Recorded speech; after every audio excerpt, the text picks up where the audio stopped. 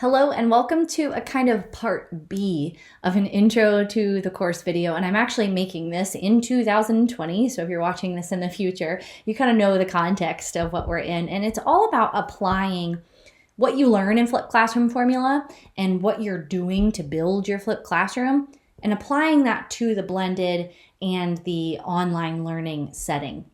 We're going to have three major takeaways from this video because it's not really content of flipped classroom formula, but it's definitely just kind of getting your gears moving in the right direction, especially when it comes to using your flipped classroom in settings other than a traditional flipped classroom, right?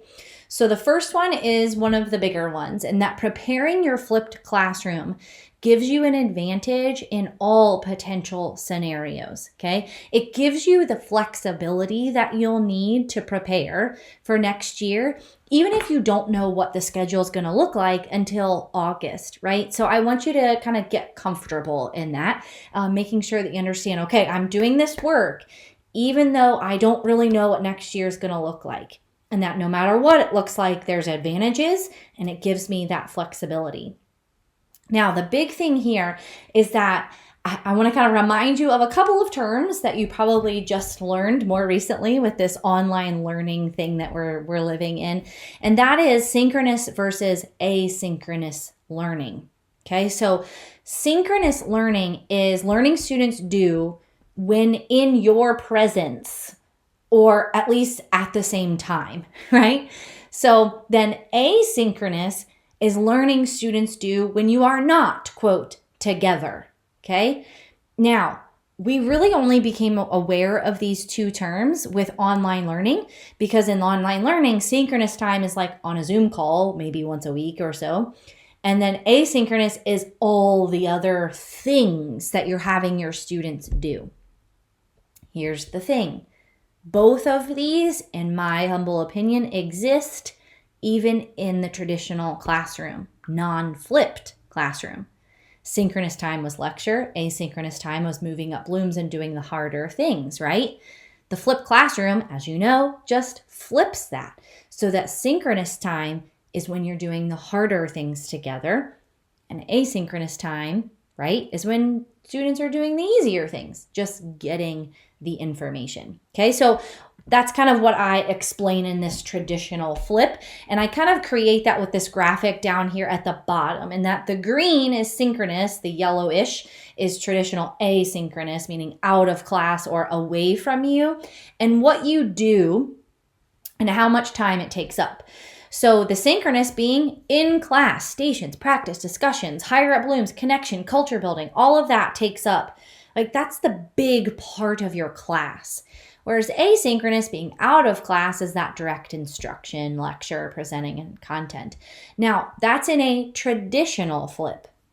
You may decide to do what's an in-class flip. So if you're an elementary school teacher, you're probably going to do mostly in-class flip. If you're a middle or high school teacher with lower level students that you know homework is just, if you assign that, you're setting up your students for failure, you want to do an in-class flip.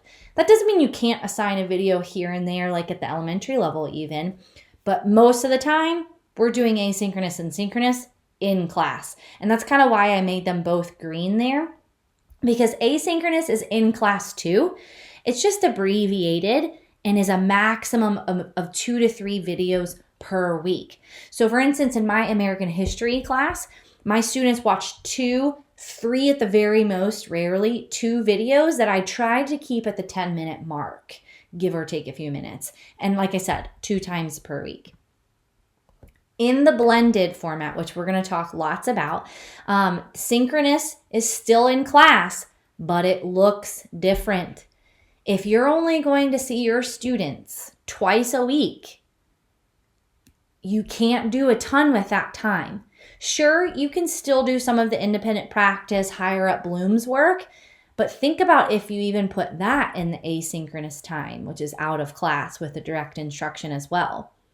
Then synchronous is more about clarifying, connection building, culture building, and assessing, right? So you're doing fewer things when you're only seeing them twice a week. And then online is even fewer. right? And that almost everything you're doing is asynchronous, even assessing, to where that in-person or synchronous time is not even in class. It's just in person. Hopefully everyone makes it. It's on a Zoom or Google Meet, something like that.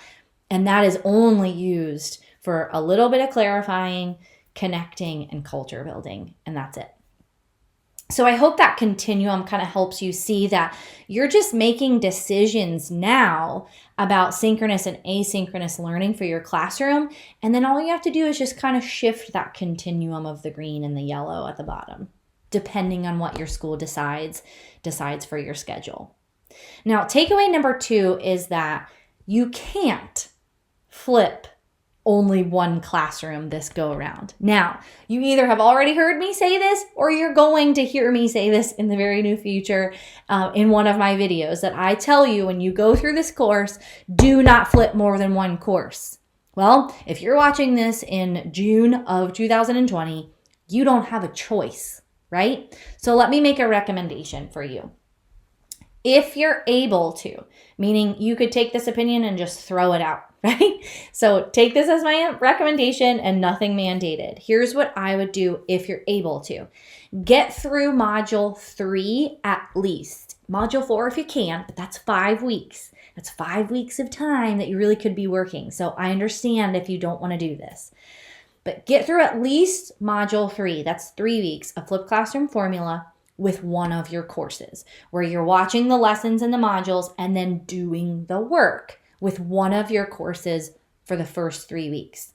Then go back to modules 1 and 3. That doesn't mean you have to watch the lessons again necessarily, unless you need to, but that you're doing the work in the processes that we've been through in modules 1 through 3 for your next course or your next prep. If you have questions about that, please make sure you go into the Facebook group and post, and I would love to help clarify that. Takeaway number 3 is that, and this one is kind of hard, but just kind of stick with me for a minute because I don't necessarily have tangible recommendations here, but it's more of like a mindset shift for us. If we're going back to an online world, right? If we're teaching in an online world when we're used to the traditional classroom world, your role in that online learning world is more facilitator and motivator than it is teacher. Here's what I mean by that. Kind of like our asynchronous and synchronous learning. Think of that kind of continuum and how it kind of varies as to which one takes up more as facilitator, motivator on one side and teacher on the other. Teacher is what you'll be doing in like your videos, and if you're going to use something like GoFormative or your Google Draws with your drag and drops, those sorts of things, right? That's your teaching part. But your synchronous time, and even some in those videos too, and definitely in your individual responses to students via email or remind texts, or maybe if you make like a Loom video or a Screencastify, like really 30-second video in a response in an email of, hey, here's how I'm going to answer your question real quick. That's where you are the facilitator and the motivator. And I'm here is kind of an extension on what I mean. You're motivating them and really teaching them what it means to learn when you're not in their presence and when you're not able to really show them how in person. Right? We can't avoid student apathy. We just can't. And we can motivate until we're blue in the face, but that doesn't mean it's sticking with them. But you can at least attempt to show them, here's how I've set up this course so that you can learn. I am not just giving you a to-do list. I am telling you, I'm making and telling you to watch this video for these reasons.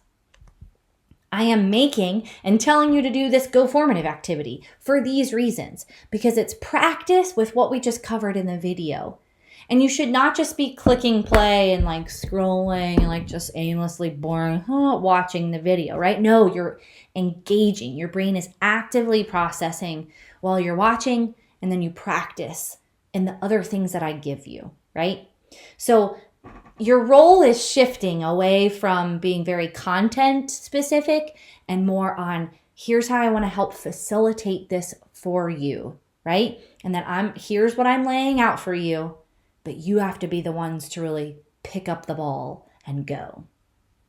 So I hope that kind of clarifies a few things. Please know that throughout the course, I'll be bringing in other kind of bonus-like lessons and I've got them all laid out here in my little Post-it party that are applicable to making your flipped classroom fit in all settings, right? And so instead of seeing like one module at the end, like a module 7, you're going to see sporadic videos throughout the modules, maybe not in all of them, but throughout, that allow you to really apply what you're doing here, no matter what the settings.